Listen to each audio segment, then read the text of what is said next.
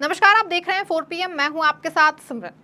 लोकसभा चुनाव और हाल ही में 7 राज्यों के उपचुनावों में जीत से उत्साहित कांग्रेस राहुल गांधी के नेतृत्व में 3 राज्यों में होने वाले आगामी विधानसभा चुनावों की तैयारी में जुट गई है।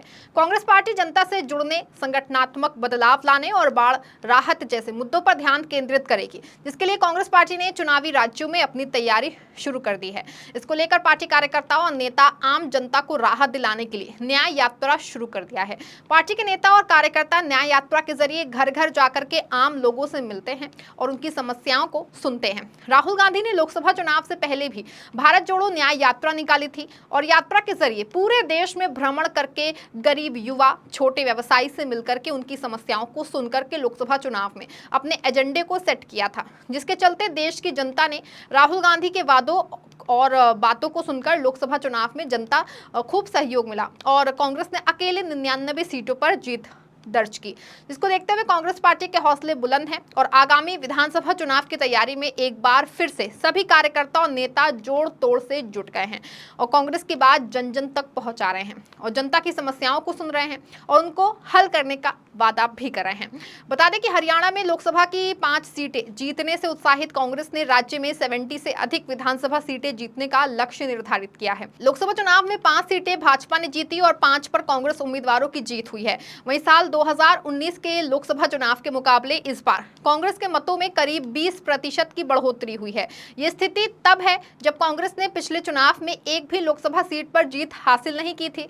इस बार के चुनाव में 5 लोकसभा सीटें जीतने के बाद ही कांग्रेस ने 46 विधानसभा सीटों पर भी बढ़त हासिल की है, जिसको लेकर कांग्रेस के रणनीतिकार उत्साहित हैं। बता दें, कांग्रेस द्वारा 70 पार का नारा इसलिए ज्यादा महत्वपूर्ण हो गया क्योंकि पिछले लोकसभा चुनाव में राज्य की सभी 10 लोकसभा सीटें जीतने के बाद भाजपा ने भी 75 पार का नारा दिया था, लेकिन तब वो विधानसभा चुनाव में सिर्फ 40 सीटें ही जीत पाई थी। हालांकि ये आंकड़ा जो है वो बहुमत से 6 सीटें कम था, लेकिन जसपा के 10 और निर्दलीय विधायकों के सहयोग से भाजपा ने प्रदेश में दूसरी बार अपनी सरकार बना ली थी। भाजपा के 75 पार के तब के नारे के समानांतर कांग्रेस ने इस बार 70 पार का नारा दिया है, जिसे धरातल पर साकार करने के लिए कांग्रेस ने कार्य योजना भी तैयार कर ली है। बता दें कि प्रदेश की सभी 10 लोकसभा सीटों पर इस बार कांग्रेस का जो प्रदर्शन है वो सराहनीय रहा है।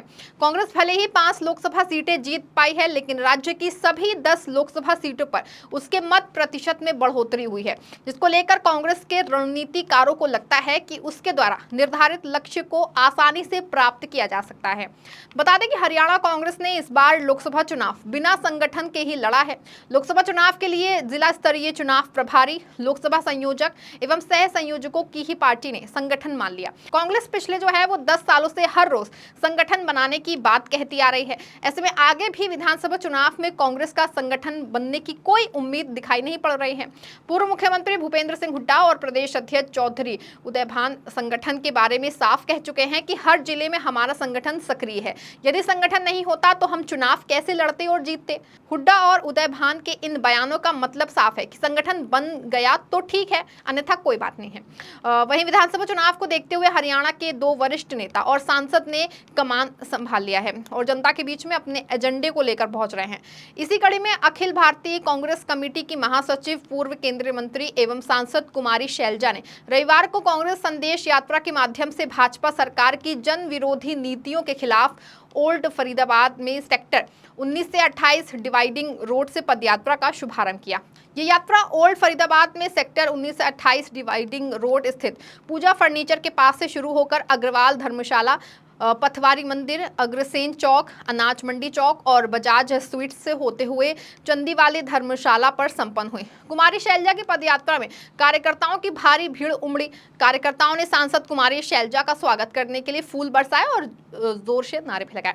पदयात्रा बाजारों से गुजरी और जगह जगह उनका स्वागत किया गया। पदयात्रा में हजारों कार्यकर्ताओं ने हिस्सा लिया और अपना उत्साह भी दिखाया।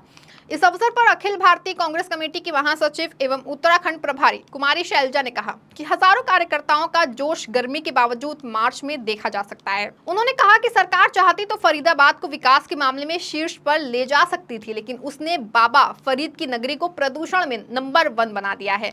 स्मार्ट सिटी को स्लम सिटी में बदल दिया गया है। उन्होंने कहा कि राहुल गांधी ने 10,000 किलोमीटर की यात्रा कर संदेश दिया था, उसी का अनुसरण करते हुए आज हम पूरे प्रदेश में उनका जो है वो संदेश संदेश देने के लिए आपके बीच आ गए हैं। और उन्होंने कहा कि हमारे कार्यकर्ता गर्मी में भी संघर्ष करना जानते हैं। उन्होंने कार्यकर्ताओं का हौसला बढ़ाते हुए कहा कि आपका पसीना व्यर्थ नहीं जाएगा। उन्होंने कहा कि हमने जनता को न्याय दिलाने के लिए संघर्ष का रास्ता चुना है और आगामी विधानसभा चुनाव में भाजपा को सत्ता से बाहर करने का काम करेंगे। वहीं भाजपा सरकार पिछले 10 वर्षों में ऐसे फैसले ले रही है जिससे जनता को फायदा होने के बजाय उल्टा नुकसान हो रहा है और बहुत ज्यादा जनता परेशान हो रही है। कुमारी शैलजा ने कहा कि हालांकि पिछले 10 वर्षों से प्रदेश में भाजपा की सरकार है, लेकिन आज हमें विकास की तलाश करनी पड़ रही है। जब हम विकास की तलाश में जाते हैं तो हर तरफ गंदगी और कूड़े के ढेर नजर आते हैं, विकास कहीं नजर ही नहीं आता है। बेरोजगार युवा हैं, वो सड़कों पर संघर्ष करते नजर आ रहे हैं। किसान अपने हकों की मांग उठाते नजर आ रहे हैं और उन्हें लाठियां खानी पड़ती हैं। महिलाएं जो हैं वो महंगाई की मार से बिलखती नजर आ रही हैं। वहीं गरीब और मजदूर परेशान नजर आ रहा है। दुकानदार और व्यापारी सरकारी व्यवस्था से परेशान नजर आ रहा है। शिक्षा और स्वास्थ्य सेवाएं बदहाल हैं। कानून व्यवस्था इस हद तक बिगड़ चुकी है कि कोई भी सुरक्षित महसूस ही नहीं कर रहा है। प्रदेश में भय का माहौल है। सरकारी दफ्तरों में पद खाली पड़े हैं और लोग काम करवाने के लिए संघर्ष कर रहे हैं। पर्यटन व्यवस्था ड्रामा साबित हो रही है। जब भाजपा नेता विकास की बात करते हैं तो हैरानी होती है। बता दें कि कुमारी शैलजा ने कहा कि हमने प्रदेश की जनता के अधिकारों को सुरक्षित करने के लिए संघर्ष शुरू किया है और जब तक भाजपा को सत्ता से बाहर नहीं कर दिया जाता तब तक हम रुकेंगे नहीं। और उन्होंने कहा कि कांग्रेस के शीर्ष नेतृत्व राहुल गांधी और खड़गे का संदेश जन जन तक पहुंचाने के लिए हम पूरे हरियाणा में यात्रा करेंगे। भाजपा की नाकामियों को उजागर करने के लिए ये यात्रा शुरू की गई है और जनता का उत्साह देखकर कहा जा सकता है कि बदलाव का समय जो है वो आ गया है। लोग विधानसभा चुनाव का बेसब्री से इंतजार कर रहे हैं। प्रदेश में कांग्रेस की सरकार बनने पर जनता के हित में काम किया जाएंगे। महंगाई और बेरोजगारी पर काबू पाया जाएगा। युवक युवतियों को रोजगार मुहैया कराया जाएगा। वहीं किसानों की मांगों को पूरा करने के लिए फसल खरीद के लिए एमएसपी गारंटी कानून बनाया जाएगा। मजदूरों और गरीबों के जीवन स्तर को सुधारने के लिए योजनाएं शुरू की जाएंगी। शिक्षा व्यवस्था सेवाओं को जो है वो बेहतर बनाया जाएगा। महिलाओं को महंगाई से राहत दी जाएगी। बुजुर्गों का सम्मान किया जाएगा। 36 बिरादरियों को साथ लेकर सभी वर्गों के लिए काम किया जाएगा। हर समाज को जाति और धर्म के आधार पर बांटने की बजाय विकास कार्यों पर ध्यान देंगे। हम प्रदेश में विकास की लहर लाएंगे। कुमारी शैलजा ने कहा कि प्रदेश की जनता ने सत्ता परिवर्तन का मन बना लिया है। उनकी उम्मीदें पूरी होंगी जिससे प्रदेश में खुशहाली जाएगी। बता दें, महाराष्ट्र में लोकसभा चुनाव के बाद राज्य में नंबर 1 पार्टी बनी कांग्रेस अब साल के अंत में होने वाले विधानसभा चुनाव की तैयारियों में जुट गई है। इसी कड़ी में शनिवार से महाराष्ट्र कांग्रेस प्रभारी रमेश चिन्नीथला और प्रदेश अध्यक्ष नाना पटोले के नेतृत्व में मराठवाड़ा और विदर्भ का दौरा शुरू किया गया है। जानकारों का मानना है कि लोकसभा चुनाव में विदर्भ और मराठवाड़ा क्षेत्र से बड़ी सफलता मिलने के बाद कांग्रेस की नजर अब इन दोनों ही इलाकों की विधानसभा सीटों पर है। इसलिए कांग्रेस राज्य में बाकी जगहों के मुकाबले विदर्भ और मराठवाड़ा इलाके में ज्यादा से ज्यादा फोकस कर रही है। बता दें कि दौरे के पहले दिन लातूर जिले में कांग्रेस प्रदेश अध्यक्ष नाना पटोले ने सभा को संबोधित करते हुए महाविकास सरकार पर कटाक्ष किया और उन्होंने कहा कि एक रिपोर्ट के मुताबिक बीजेपी और उसके साथी 100 सीट के नीचे रहेंगे। राज्य में परिवर्तन की लहर है। वहीं महाराष्ट्र की कुल 288 सीटों में से विदर्भ में विधानसभा की कुल 62 सीटें हैं, तो वहीं मराठवाड़ा में कुल 58 सीटें हैं। जानकारी के मुताबिक कांग्रेस ने अकेले विदर्भ और मराठवाड़ा इलाके से करीब 70 से 80 सीटों की मांग रखी है। बता दें, मराठवाड़ा और विदर्भ में कुल 10 जिला स्तर की बैठक का आयोजन किया जाएगा। बैठक में कांग्रेस प्रदेश प्रभारी रमेश चिन्नीथला, प्रदेश अध्यक्ष नाना पटोले, नेता विपक्ष विजय वडेट्टीवार, महाराष्ट्र कांग्रेस के वरिष्ठ नेता बाला साहेब थोराट सहित जिला स्तर के कई नेता मौजूद रहेंगे। वहीं 13 अगस्त को बुल्ढाना, अकोला और वाशिम जिले में बैठक आयोजित की जाएगी। 14 अगस्त को अमरावती और यवतमाल जिले में जिला स्तरीय बैठक होगी। इस बैठक में प्रदेश प्रभारी रमेश चिन्नीथला, प्रदेश अध्यक्ष नाना पटोले कार्यकर्ताओं के मन की बात जानेंगे। साथ ही चुनाव के लिए कैसे और क्या क्या काम करना है इसको लेकर कार्यकर्ताओं का मार्गदर्शन करेंगे। मिशन 2027 की तैयारियों में जुटी कांग्रेस ने जनता से जुड़ने और उसके बीच दिखने का प्लान तैयार किया है।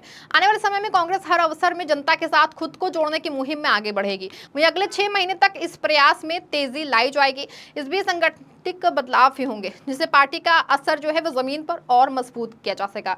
यूं तो कांग्रेस यूपी की सत्ता से 3 दशक से ज्यादा वक्त से बाहर है। बीते 2 विधानसभा चुनावों की बात करें तो पार्टी का प्रदर्शन बेहद निराशजनक रहा है। 2019 में कांग्रेस के 29 विधायक थे और 2017 में घटकर 7 रह गए और 2022 में कांग्रेस को केवल 2 सीटों पर जीत मिली। वहीं लोकसभा चुनाव में अच्छे प्रदर्शन से गदगद कांग्रेस अब 2027 के विधानसभा चुनाव पर अपनी नजर जमाए है। रायबरेली से सांसद और लोकसभा में नेता प्रतिपक्ष राहुल गांधी के निर्देश में इसका प्लान तैयार किया गया है। अब तक मिली जानकारी के मुताबिक कांग्रेस पहले 6 महीने का समय कांग्रेस खुद को लोगों से जोड़ने और उसके साथ खड़ा दिखने में लगाएगी। इसको लेकर कांग्रेस नेता मान रहे हैं कि चौतरफा उपस्थिति से जनता के बीच कांग्रेस को लेकर नजरिया जो है वो बदलेगा, जिससे कि उसकी राजनीतिक जमीन को मजबूती मिलेगी। वहीं लोकसभा में मिली सफलता के बाद से कांग्रेस गदगद नजर आ रही है और आगामी विधानसभा चुनावों में बीजेपी और पीएम मोदी के मसौदे को फेल करने के लिए प्लान बनाकर जनता के बीच में पहुंच रही है और राहुल गांधी के विचार को जनता के बीच में पहुंचा रही है। इसको देखते हुए बीजेपी में खलबली मची है और मोदी के सारे मंसूबे फेल होते हुए दिखाई दे रहे हैं। वहीं राहुल गांधी की ये मुहिम आगामी विधानसभा चुनाव में क्या रंग लाती है, ये तो खैर आने वाले वक्त में पता चल जाएगा। इस खबर में फिलहाल बस इतना ही। ऐसी तमाम राजनीतिक खबरों के लिए बने रहें और जुड़े रहें 4PM के साथ। धन्यवाद।